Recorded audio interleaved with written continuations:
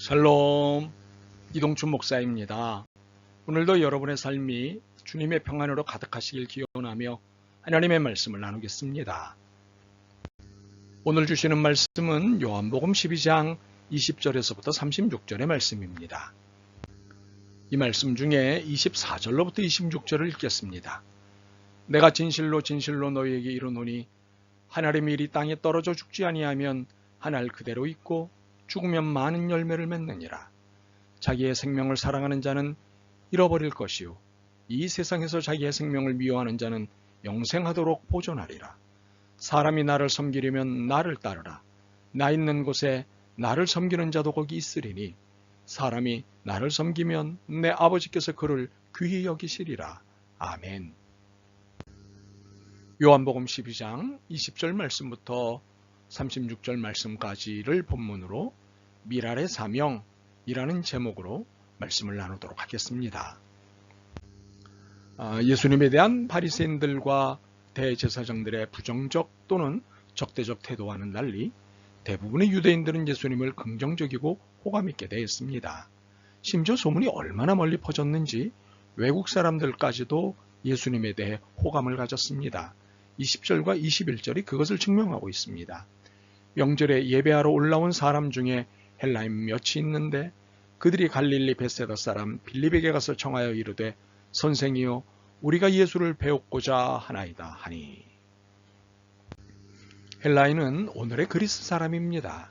이스라엘에게는 외국 사람입니다. 이 외국인들이 예수님을 찾아왔습니다. 이들은 예수님에 대한 소문을 듣고는 예수님을 뵙고 싶었습니다.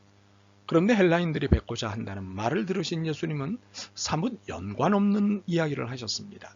23절입니다. 예수께서 대답하여 이르시되 인자가 영광을 얻을 때가 왔도다. 혹시 헬라인들이 뵙고자 한 것이 영광이라는 말씀이셨을까요? 이야호! 드디어 내 소문이 외국에까지 퍼졌구나. 그래서 이 상황을 영광이라고 하신 것일까요? 그렇지 않습니다. 헬라인들이 찾아온 상황과 시간이 예수님이 영광을 받으실 시간과 절묘하게 맞아떨어진 것뿐입니다.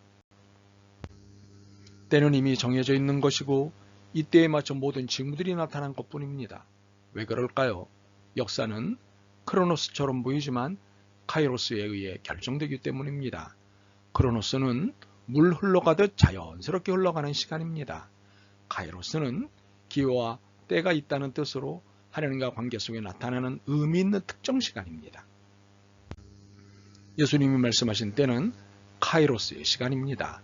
그러므로 카이로스라는 때가 우리의 관심사이긴 하지만 우리가 정할 수 있는 시간이 아닙니다. 이 때는 철저하게 하나님의 시간입니다. 결코 인간의 시간이 아닙니다. 인간이 조작할 수 있는 시간이 아닙니다. 그러므로 인간인 우리가 할 수 있는 것은 하나님의 때에 순종하는 것뿐입니다. 예수님이 말씀하신 영광의 때란 바로 이런 의미입니다. 그런데 예수님이 받으신다는 영광의 의미가 24절 이하를 읽을수록 일반적인 의미와는 다르다는 것입니다. 우선 24절과 25절을 읽겠습니다. 내가 진실로 진실로 너희에게 이르노니 한 알의 밀이 땅에 떨어져 죽지 아니하면 한 알 그대로 있고 죽으면 많은 열매를 맺느니라. 자기의 생명을 사랑하는 자는 잃어버릴 것이요 이 세상에서 자기의 생명을 미워하는 자는 영생하도록 보존하리라. 24절과 25절의 핵심은 죽어야 한다는 것이고 자기의 생명을 미워해야 한다는 것입니다. 그렇게 예수님이 영광을 받으신다는 것은 죽어야 한다는 것과 자기의 생명을 미워해야 한다는 것과 연관된다는 사실을 27절과 28절이 말씀하고 있습니다. 그러므로 영광은 죽음입니다. 영광은 높임을 받는다는 것인데 아이러니하게도 예수님의 영광은 죽음을 통해 받게 되는 것입니다. 자기를 부인하고 자기를 희생함으로 영광을 받는 것입니다. 그러니 영광을 받는 것이 얼마나 힘든 일이겠습니까? 이것이 얼마나 힘든 일이면 27절에 지금 내 마음이 괴로우니 무슨 말을 하리요? 라고 말씀하셨겠습니까? 그런데 여기에 또 하나의 아이러니가 있습니다. 26절입니다. 사람이 나를 섬기려면 나를 따르라. 나 있는 곳에 나를 섬기는 자도 거기 있으리니 사람이 나를 섬기면 내 아버지께서 그를 귀히 여기시리라. 예수님을 섬기고 싶은 사람은 예수님의 행동과 삶을 따라야 한다고 말씀하신 것입니다. 이것은 예수님의 자기 희생과 죽음을 말합니다. 이것을 두고 아이러니라고 한 이유는 예수님이 자신의 희생적 죽음을 두고 고민하셨기 때문입니다. 예수님 스스로도 고민하신 이 희생적 죽음을 예수님을 믿고 섬기고자 하는 사람들에게 요구하셨다는 것은 아이러니라고 볼 수밖에 없기 때문입니다. 참으로 너무도 어려운 요구를 하셨습니다. 죽어야 내 제자가 될 수 있다.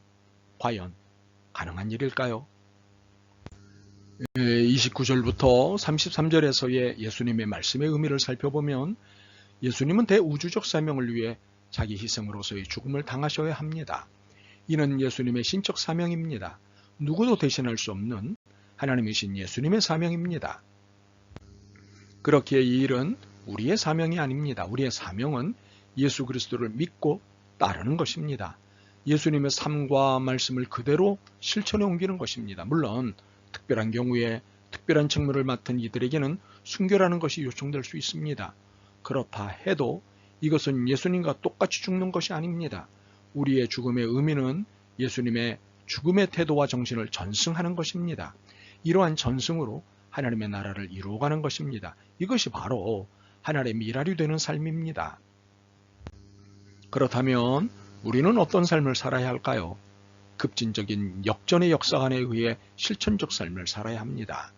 이는 현실을 고뇌하는 것으로 시작하는 삶입니다. 하나님의 뜻과는 반대 방향으로 가는 현실이기 때문입니다. 빛이 아닌 어둠으로 인류와 세상을 몰아가기 때문입니다. 이것을 예수님께서 무리의 질문에 대답하시는 것에서 알 수 있습니다. 35절과 36절입니다. 예수께서 이르시되 아직 잠시 동안 빛이 너희 중에 있으니 빛이 있을 동안에 다녀 어둠에 붙잡히지 않게 하라. 어둠에 다니는 자는 그 가는 곳을 알지 못하느니라. 너희에게 아직 빛이 있을 동안에 빛을 믿으라. 그리하면 빛의 아들이 되리라. 현실은 빛을 좋아하지 않습니다. 무엇보다 그리스도의 빛을 결코 좋아하지 않습니다. 라이널드 니보의 표현을 빌리자면 현실은 어둠의 자식들이기 때문입니다. 이처럼 어둠의 자식들이 지배하는 세상에서 역전의 삶을 사는 것이 그리스도인의 미랄의 사명입니다. 현실적 어려움을 이유로 삼아 미랄의 삶이 힘들다고 변명할 수는 있습니다. 그러나 사명을 피할 수는 없습니다. 누가복음 6장 21절과 25절이 말씀하는 바입니다.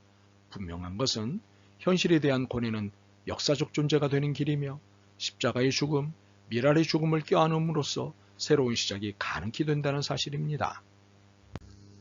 하늘의 밀이 땅에 떨어져 죽지 아니하면 하늘 그대로 있고 죽으면 많은 열매를 맺느니라는 미랄의 사명은 결코 쉽지 않습니다.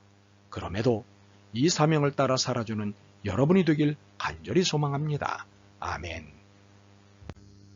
주님, 저희들의 무엇을 보시고 이 쉽지 않은 미랄의 사명을 맡기셨는지요. 궁금하지만 순종하겠습니다. 믿고 기뻐하겠습니다. 힘을 주옵소서. 예수 그리스도의 이름으로 기도드립니다. 아멘. 오늘도 여러분의 믿음과 삶을 응원합니다. 사랑합니다.